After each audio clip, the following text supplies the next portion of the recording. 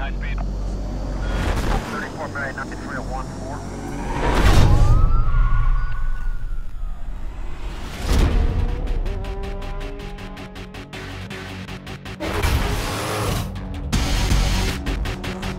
Guys bearing down on your 20, hard and fast.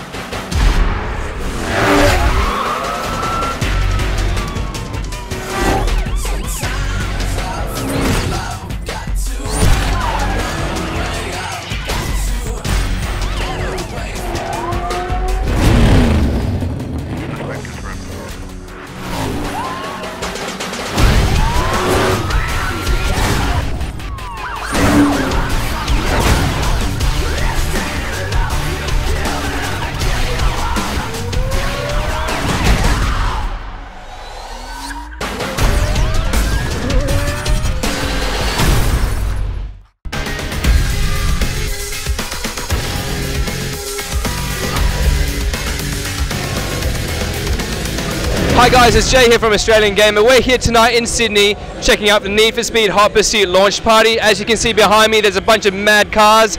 We got an interview with Webster from Criterion Games, and we're going to check out Big Boi tonight at the concert, so stick around.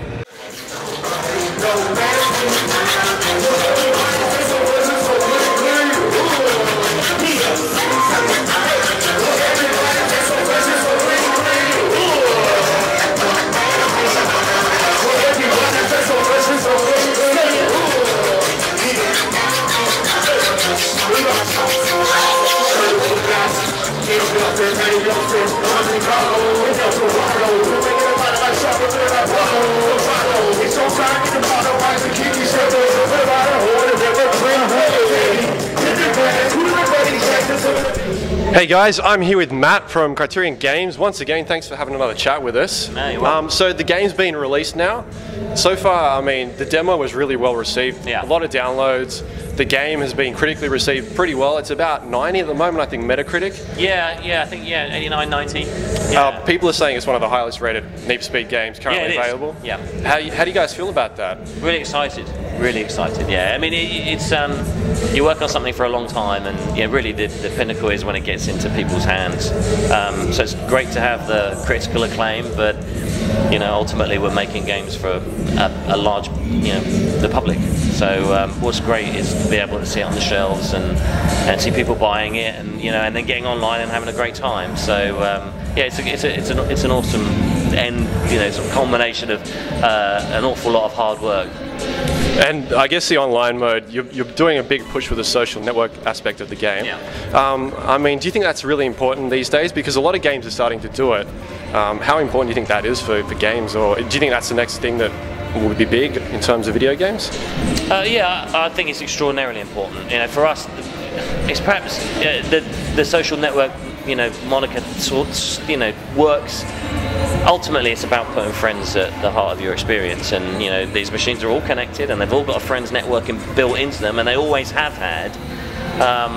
It's just we're beginning to, we've really concentrated on bringing that to the fore, and and starting to work on that asynchronous competition. So when you talk about online play, it's generally all online at the same time, so a synchronous experience.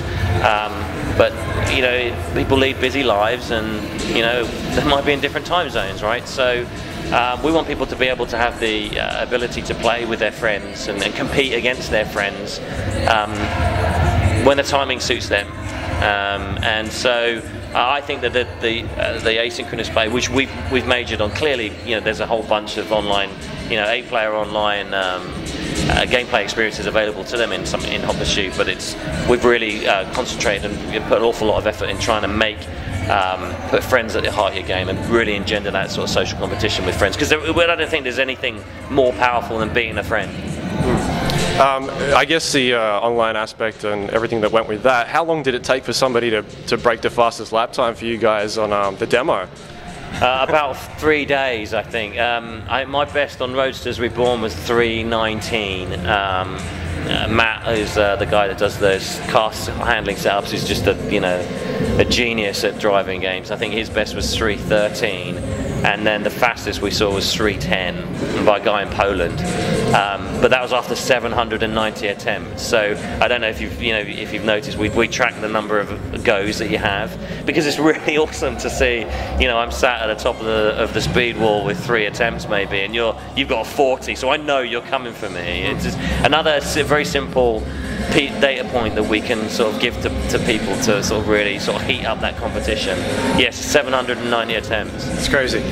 So the gaming engine, the difference between this and the last game, what were we able to do this time around that you couldn't really do last time because of either technology or just didn't have time to do it? Well, it's a brand new rendering engine, and that was necessary for Paradise was our first go on PS3.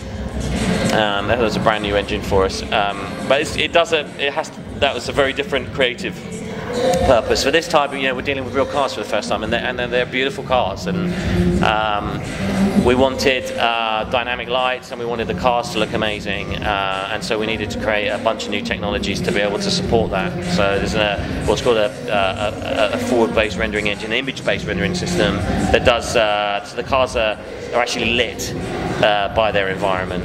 And then we have a deferred lighting system. So the actual engine's a hybrid of the two. So the deferred system allows us to do dynamic lights and cop lights bouncing off tunnels and nighttime headlights and the dynamic time of day and and then wet roads and rain and all the environmental effects. So every game you build is is informed by what you did previously, but it's clearly got a bunch of different requirements.